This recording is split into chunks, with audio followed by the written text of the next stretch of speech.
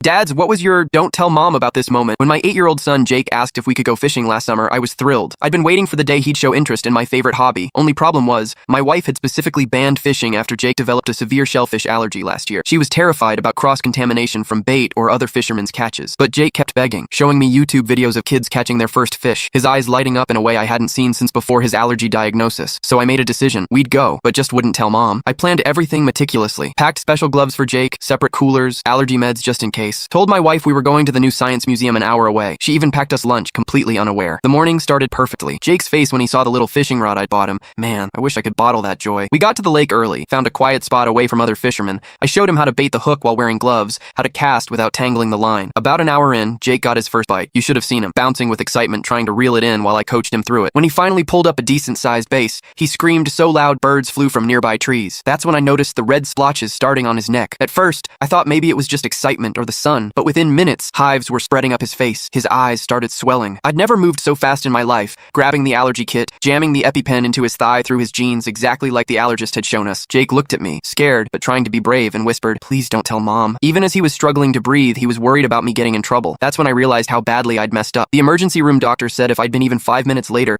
things could have gone very differently. Apparently, the previous fisherman at our spot had been using shrimp bait, leaving residue Jake touched. The doctor asked what we were doing when it happened. I looked at Jake's swollen face and made a decision. I told the truth, everything. About going against my wife's wishes, about the secret trip, about the museum lie. When my wife arrived at the hospital, I braced for the explosion, but instead she just quietly sat by Jake's bed, holding his puffy hand. The silence was worse than any yelling. Later that night, after Jake was sleeping safely in his hospital room, she finally spoke. "I'm not mad you took him fishing," she said, which shocked me. "I'm devastated you didn't trust me enough to have this conversation. We could have found a way to make it safe together." Turns out, she'd been researching special protocols for allergic kids to safely try fishing. She'd been planning it as a surprise for my birthday next month. She'd even bought Jake the exact same fishing rod I did. It's been 3 months. Jake's fine now, but my marriage isn't the same. My wife double-checks everything I tell her. Yesterday, I found search history on our computer for co-parenting after divorce. I never knew trust could be so fragile, or that once broken, it might never fully heal. All because I thought I knew better than his mom about what our son needed.